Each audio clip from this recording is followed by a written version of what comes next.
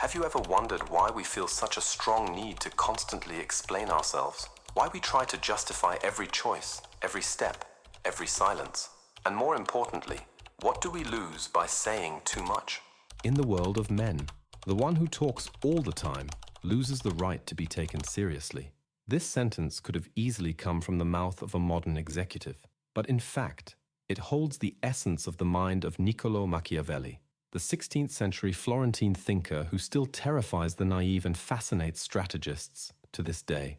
We live in an era where oversharing has become a compulsion. Social media has trained us to post thoughts before we even reflect on them. In the name of authenticity, we expose our weaknesses, our plans, our desires, and unwittingly set the perfect trap against ourselves. Meanwhile, those who master the art of silence, not cowardly omission, but strategic silence, move like shadows, invisible, yet inevitable. This video is a call to clarity, a journey through Machiavelli's sharp ideas to understand how silence can be more powerful than 1,000 speeches. You're about to discover that, in certain games, those who stay silent hold the power. The vulgar are always taken in by appearances. Niccolò Machiavelli. This quote sums up with brutal precision why so many people talk too much, to appear to be something, even when they are not. Speech, when unnecessary, creates illusion. Silence, when well used, preserves reality. Machiavelli knew that power is not seized through rambling, it is seized through cunning. And silence is the first lesson in the Book of Cunning. Picture a political battlefield in 16th century Florence. One wrong comment, one misplaced word, and you're exiled, or dead. For Machiavelli, every word is a calculated risk. That's why silence becomes a form of self-protection, and more than that, a strategy for domination. Because while you speak, the other listens, and the one who listens learns. The modern world may not have public guillotines, but it does have social media, screenshots, and instant judgment. Today, speaking without thinking may not kill, but it can ruin reputations, destroy careers, and break bonds. And here's the paradox. The more we talk, the less we're heard. The overload of shallow discourse has made silence rare, and therefore valuable. Machiavelli didn't condemn speech. He condemned the waste of words. Speech only has value when it serves a purpose. Beyond that, it becomes exposed vulnerability. When you speak, you reveal your logic, your limits, your fears. That's why he wrote, "The first method for estimating the intelligence of a ruler is to look at the men he has around him." In today's world, we might say, the first way to assess someone is to observe how much they speak and how much they reveal without needing to. And here lies a fascinating paradox. We live in the age of exposure, yet true influence remains hidden. Those who know what to say, and more importantly, when to stay silent, have an overwhelming advantage over the chatterboxes, because silence, contrary to what it seems, is deeply communicative. It says, "I know more than you think." It says, "I observe while you put yourself on display." There's also a mystical element to all of this. Silence creates an aura. The less you speak, the more others speculate. And the more they speculate, the more power you gain. Because mystery will always be more seductive than complete transparency. This isn't deception, it's preservation. Machiavelli didn't advocate for lies, but for the selective use of truth. Notice how this plays out in everyday situations. The coworker who comments on everything starts to be ignored. The leader who responds to every criticism loses respect. The friend who shares every detail of their life loses admiration. In each case, excessive talking dilutes impact. And those who remain silent at the right moment become a point of reference, not just background noise. Silence isn't passivity, it's mastery.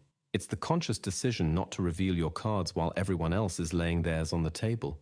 In a world that worships exposure, choosing silence is almost an act of rebellion, and also one of intelligence. Not all silence is the same. There is the silence that screams cowardice, and there is the silence that radiates power. Machiavelli, with his sharp mind and relentless gaze into human nature, understood that silence wasn't merely the absence of speech. It was a language of its own. 3 forms of silence make up the arsenal of those who wish to win without showing off. The silence that listens, the silence that imposes, and the silence that confuses. The first is the silence of strategic listening. There is a kind of wisdom that only arises when you shut your mouth and open your ears. The fool speaks first, revealing everything he thinks, feels, fears, and desires. But the wise one observes, collects, absorbs. He understands that the more others speak, the more they expose their weaknesses. It's an uneven exchange. While one side offers up information on a silver platter, the other is quietly building an invisible map, gaining time to act with precision. That's why, in a negotiation, the one who speaks first usually loses, because they reveal their impatience, their anxiety, and their lack of power. This listening silence is not passive, it's tactical. It moves beneath the surface of the conversation. It turns the listener into a mirror. The other person sees themselves reflected there, without realizing they're completely undressing in front of you. And the more they talk, the more they hand over their weapons. The second face of silence is the one that builds authority. It's the silence that commands respect. The more you speak, the more you dilute your impact. The less you say, the heavier your words become. And this isn't mysticism, it's pure psychology. Being economical with words forces others to pay attention when you finally choose to speak. Well-placed silence can turn a simple sentence into a decree. You can easily spot this in the corridors of power. The intern talks too much. The CEO listens, reflects, and when he speaks, the conversation ends. The insecure person explains every detail of a decision. The confident one simply states it. The weak leader replies to every criticism, as if needing to justify their existence. The strong leader stays silent, because they know that responding would mean stooping to the level of someone with nothing to lose. There's a certain elegance in the silence that imposes respect. It says, I don't need your approval. And ironically, that's exactly what makes others approve of you.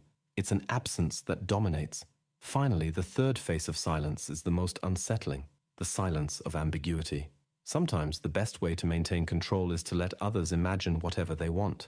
In a world desperate for clarity, refusing to take a stance can be the most powerful move. Leaving room for multiple interpretations is a form of freedom. When you don't say exactly what you think, you're not tied to a single narrative, and that confuses, disarms, and most importantly, keeps you in the game. This ambiguous silence is like a foggy mirror. In it, everyone projects their desires, their fears, their expectations. And while others argue about what you meant, you remain untouched, unclassifiable, untouchable. Charismatic leaders use this silence as armor. Skilled negotiators use this ambiguity as bait. So do artists and thinkers. Because they know that when something is fully explained, it loses its mystery, and with it, the power to fascinate. These three faces of Machiavellian silence, strategic listening, imposing authority, and calculated ambiguity, work together like an invisible mechanism. They don't deny communication. On the contrary, they enhance its power, and they prove that, more often than not, what goes unsaid speaks louder than any fiery speech. In the end, silence is a choice, and when made wisely, that choice separates the players from the ones being played. Noise draws attention. Silence earns respect. We live in an era where authenticity has become a mantra. Be transparent. Show who you are. Share your truth. But is all sincerity really a virtue? Or are we confusing exposure with integrity? If Machiavelli were alive today, he would probably look at this obsession with transparency with a mix of astonishment and contempt. For him, power doesn't come from confession. It comes from control. And control often means choosing what not to say. The idea that we should say everything, all the time, is seductive, but also deeply naive. It assumes the world is fair, that everyone acts in good faith, that being understood is just a matter of effort. But Machiavelli warns us, the world is a battlefield of competing forces, and in that arena, every word you let slip can be used against you. Being too transparent isn't bravery, it's recklessness. Look at how this plays out in professional settings. The employee who shares an unfinished project hoping for understanding might actually be undermining their own credibility in front of colleagues. The leader who reveals their doubts to the team, thinking it will make them seem human, might end up losing authority. The person who bears it all in a meeting, hoping for acceptance, might instead be labeled, boxed in, or dismissed. Speaking too soon traps you. A well-measured silence does not. Machiavelli understood that not every truth needs to be told, and that often, speaking it can compromise not just the present, but the future. Because once you say something publicly, you bind yourself to it. You close off possibilities, and the world changes too quickly for us to stay loyal to everything we said yesterday. Promises that once seemed virtuous can become shackles in the present. That's why he reminds us, commitment to spoken words can be a weakness, not a badge of honor. Because words are like arrows. Once released, they don't come back. And more than that, they take on a life of their own. People don't hear what you say. They hear what they want to understand. And the more you talk, the more interpretations pile up, the more loopholes appear, the more vulnerable you become. In our personal lives, this mistake is even more common. The person who confesses everything, who lays out their plans, past mistakes, deepest pains, often believes they are creating intimacy, but they might actually be handing over ammunition. Not every listener is a friend. Not every silence is coldness. Sometimes silence is respect for oneself, for time, for the ripening of things. There is a profound difference between honesty and exposure. Being honest doesn't mean saying everything. It means saying what's necessary. What's true? Yes. But also what's useful, what builds something. The rest can and should be kept to yourself. The contemporary obsession with absolute transparency is, in practice, an invitation to predictability. And in the game of power, predictability is poison. Someone who is completely transparent becomes too easy to read. And someone who is easy to read can be anticipated, manipulated, discarded. That's why true strategists, respected leaders, artists who move us, negotiators who win without raising their voices, all of them master the art of saying less, of leaving room for mystery, of keeping a bit of the untouchable in their actions. This is true strategic communication. Not lying, but also not giving everything away. It's about selecting, measuring, guiding. Because influence doesn't come from the number of words you use, but from your ability to leave the other person uncertain, to make them think, to provoke rather than declare. At the end of the day, it's not about hiding who you are. It's about understanding that not every stage deserves your monologue, that your essence isn't in the words you pour out, but in the intention you nurture. Being transparent when necessary can be a virtue. Being transparent all the time on principle can be a form of symbolic suicide. Remaining silent while everyone else is shouting is an act of strength, but doing so with purpose, with elegance and strategy, that's an art. An art that Machiavelli didn't just understand, he practiced it. For him, silence wasn't the absence of action. It was pure, concentrated, invisible action. It was discipline. In times when a person's worth seems to be measured by how much they show up, staying quiet feels almost scandalous. But true power doesn't need a megaphone. It shows itself in firm decisions, in careful observation, in self-control in the face of provocation. Because someone who speaks impulsively reveals they haven't mastered themselves, and those who haven't mastered themselves will never master anything else. Machiavelli would say that in many situations, to win means to endure silence, let the other person speak, justify themselves, exhaust themselves. Meanwhile, you listen, reflect, survey the terrain. And when you decide to act, it won't be with explanations, but with precision. In negotiations, for example, this discipline of silence is gold. Saying less than you know, hearing more than the other wants to reveal, tolerating the discomfort of pauses, all of this weakens the other side while strengthening yours. But this discipline requires something rare, confidence. It's much easier to give in to the urge to speak, to explain, to justify, to appear agreeable. Silence, on the other hand, demands inner control. It requires knowing you don't need to convince anyone at every moment, that your worth isn't tied to instant validation, that your ideas don't need to be served on a silver platter. They can, and should, mature in private before being born in public. This mindset also transforms how we deal with criticism. A leader who replies to every attack reveals insecurity. One who listens in silence, filters, and responds only with what's essential, commands respect. The same goes for personal relationships. Instead of arguing over every little disagreement, silence allows room for reflection and space. And often, that space solves more than 1,000 words ever could. The discipline of silence also applies to how we lead. Great leaders aren't the ones who explain everything. They're the ones who say just enough to inspire and leave the rest in the fertile soil of creative doubt. They don't deceive. They spark thought. They don't micromanage. They lead with firmness and mystery because they understand that too much clarity kills autonomy And that doubt, when carefully cultivated, can be liberating. Even on social media, where overexposure is the norm, the discipline of silence can be revolutionary. Posting less, speaking more thoughtfully, not replying to everything, not constantly justifying yourself. This isn't about hiding. It's about reclaiming control over what you choose to share. It's about taking back the power of choice, the power to preserve something that belongs only to you. Winning without shouting is a gesture of sophistication. It's knowing that someone who has to raise their voice to be heard may have never learned how to be truly listened to. A true strategist speaks little, but each word is a solid stone.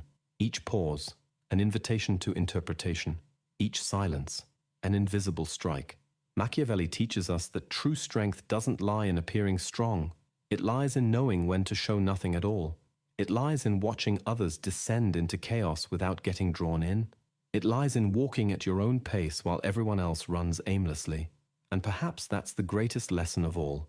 You don't need to expose yourself to conquer. You don't need to justify yourself to be legitimate. In a world where everyone is shouting to be noticed, the one who masters silence reigns. Maybe the loudest noise of our time is the fear of silence, fear of being overlooked, fear of seeming weak, fear of losing control. But as Machiavelli showed us, true control isn't seized through shouting. It's achieved through presence, through the ability to remain silent when everyone else is speaking, to observe when everyone is putting on a show, to act while others are still planning their speeches. In this world where winning seems to demand visibility, there is a silent power that shapes destinies, protects reputations, and builds empires in the shadows. Disciplined silence.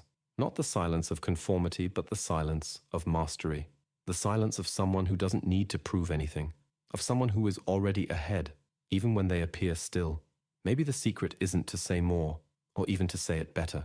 Maybe the secret, the real one, is knowing when to stay silent, and letting the world, tangled in its own noise, reveal exactly what you need to know to win. I remember a time when I also thought I needed to explain everything, to talk, justify, prove myself. I got tangled up in so many words that once I missed out on a big opportunity, because in the middle of all that talking, I forgot to listen to the moment, to listen to others, to listen to myself. It was after that experience that I understood something that changed everything. Silence, when it comes from awareness, is a scream of wisdom. And it was in that new internal space that my life changed, professionally, personally, and silently. Now I want to offer you something that's not for everyone, but it is for you, who made it this far searching for deeper answers about who you are and where your life is heading. I created something that goes beyond a book. I built a map for the soul, a manual that combines science, philosophy, and critical thinking to help you break mental patterns, question your identity, and rebuild yourself from the ground up. This is not an e-book full of inspirational quotes. It's a guide for those who can no longer stand living on autopilot. If you feel that something inside you is calling for change, growth, clarity, then this is your moment. Click on the pinned comment and access the Manual of Self-Transformation now. Don't read it out of curiosity. Read it because your life depends on it. And if you decide to begin this journey, you won't be the same by the end of the path. If you've made it this far, it's because something inside you resonated. And I want to thank you for that, truly, for allowing this conversation to happen, even if it was between pauses, between phrases, between silences. Now, yes, it's your turn to speak, but take it slow, just a bit. If this video stirred something inside you, drop a comment with the phrase that hit you the hardest. I want to know what's still echoing in your mind after all of this. And of course, if you haven't subscribed to the channel yet, what are you waiting for? A notarized letter from Machiavelli? Come on, hit that button.